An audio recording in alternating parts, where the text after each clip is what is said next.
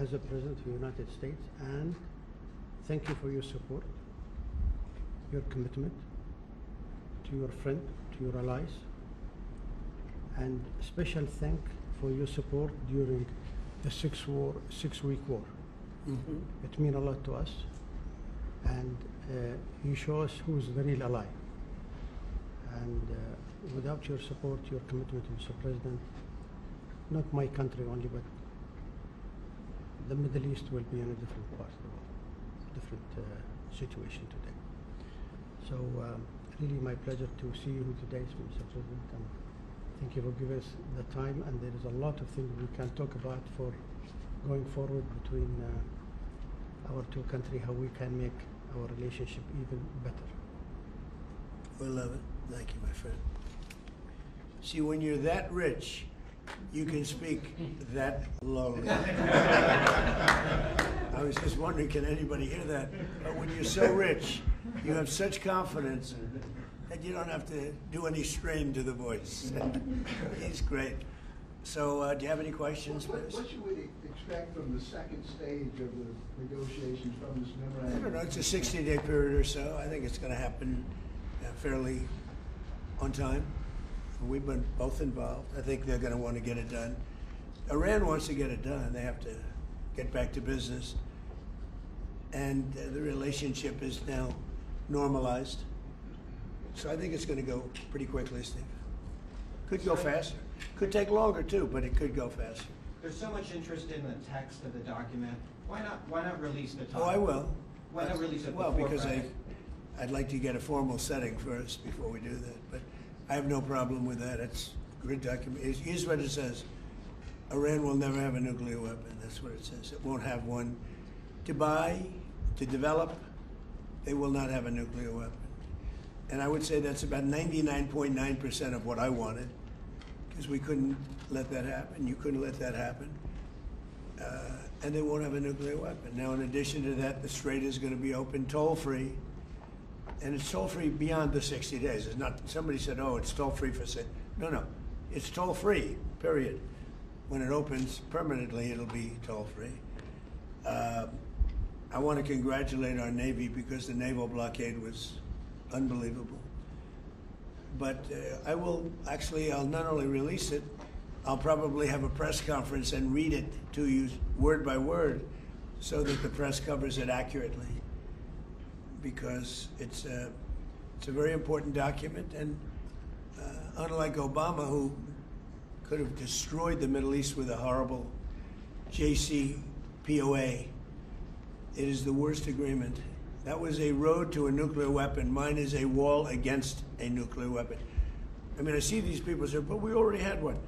That was the worst. He paid a fortune for it. We paid nothing. We don't pay. There was some statement, we're going to spend $300 million. No, we're not. We're allowed to go and invest if we wanted to someday in the future. We have no obligation whatsoever. It could be that Iran will turn out to be successful when they have oil.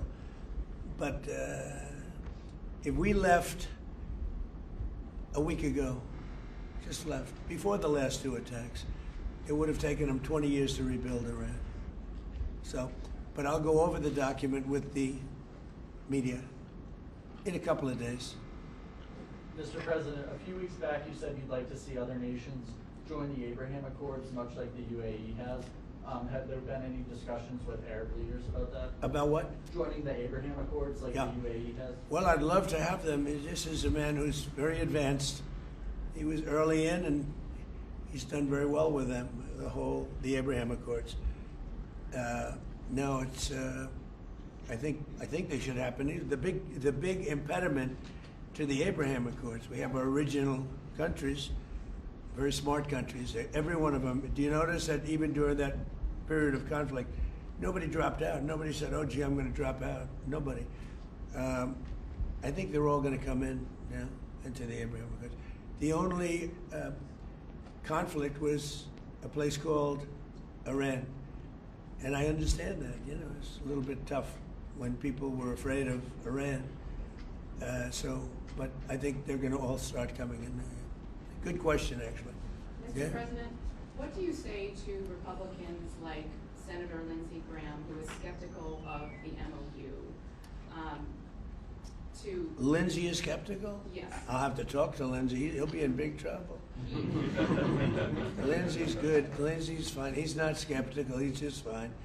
Look, this agreement covers something very nicely. We're not paying for anything. We're not doing anything. The markets now are higher than they were when we started. Remember that.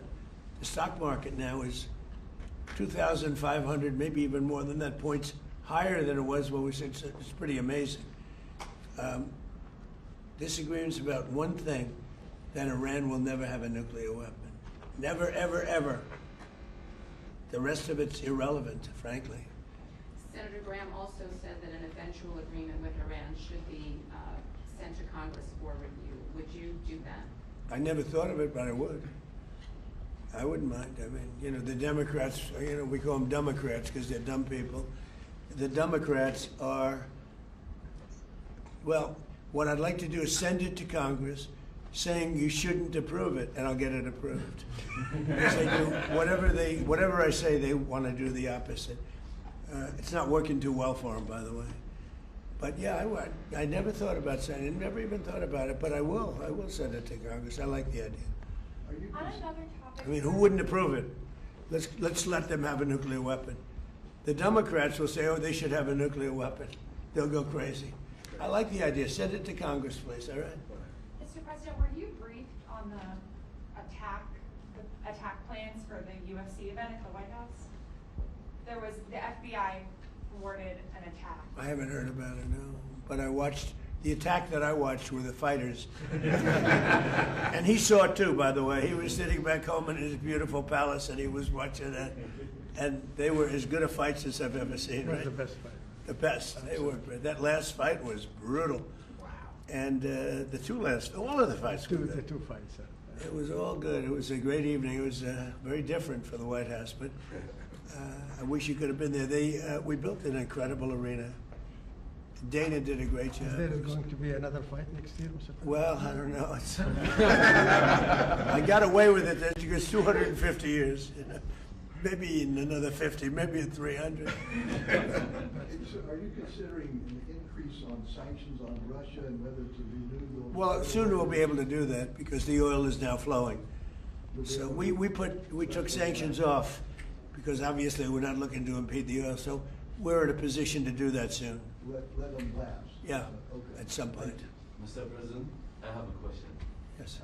Regarding this. What a nice-looking person. Is he from your See that? country? Yeah. Is he from your country? Absolutely. No, he's got such a nice way about him. My people are so mean. Look at him, handsome guy. Can put him. Be careful. Huh? No, I can put him in a movie right now. Go ahead. Mr. President, how can we make sure that Strait of Hormuz is lasting for open for lasting and navigation in the future?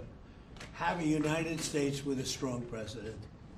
It's the only way you can do it, I guess, when you think we have all the agreements you want. The agreements for bad people don't mean anything. Look, we were the ones that blockaded this. They blockaded it, and we then said, well, we blockaded it for them, so they didn't get any oil. You're going to need to have, and this is true with a lot of things, if you have a strong president of the United States, a lot of good things can happen. You know? You know that better than anybody, right? Absolutely. You know it better than anybody. Stability of the Middle East. Can you talk a little bit more about the plan for the enriched uranium that is in the mountains? Yeah, we do. We'll take it. Has Iran said they would welcome the U.S. coming in? How specific is it? Iran will be just fine. What's happening is that at an appropriate time, there's no rush at all. We have cameras from space on it. We know everybody that goes there, which is like nobody. The B-2 bombers hit it. The entire mountain collapsed inside it. It's a very tough excavation. Nobody else can do it but us and probably China. They have the equipment, we have the equipment. We're in no rush, but we get it, and when we get it, we'll destroy it. Is that part of We're not looking to take it, we're looking to destroy it. We have plenty of it.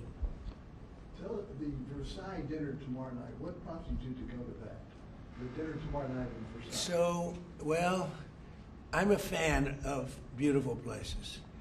And I was leaving in the afternoon, and then the French president, who happens to be a very nice man, invited me to dinner at Versailles.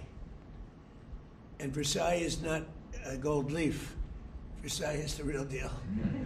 And I said, I'd like to do it. I mean, you know, all it means is that I get home later in the evening, meaning early in the morning, and I'm not a big sleeper anyway. I'll be in the Oval Office I won't lose any time in the Oval Office. So I have to say this, our country is doing really well. We're doing better than we've ever done as a country. The stock market's the highest, everything's the highest. 401ks are the highest they've ever been by 25%.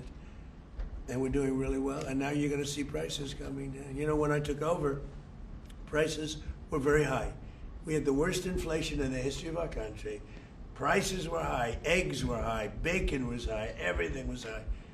And the first question I got asked, what about affordability?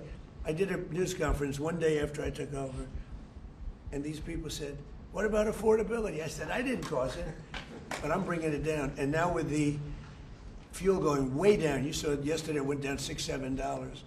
With fuel going down, as goes fuel, so goes everything. And I've always seen that, right? Fuel, you're in a very good business, because as goes fuel, so goes everything. Fuel is dropping.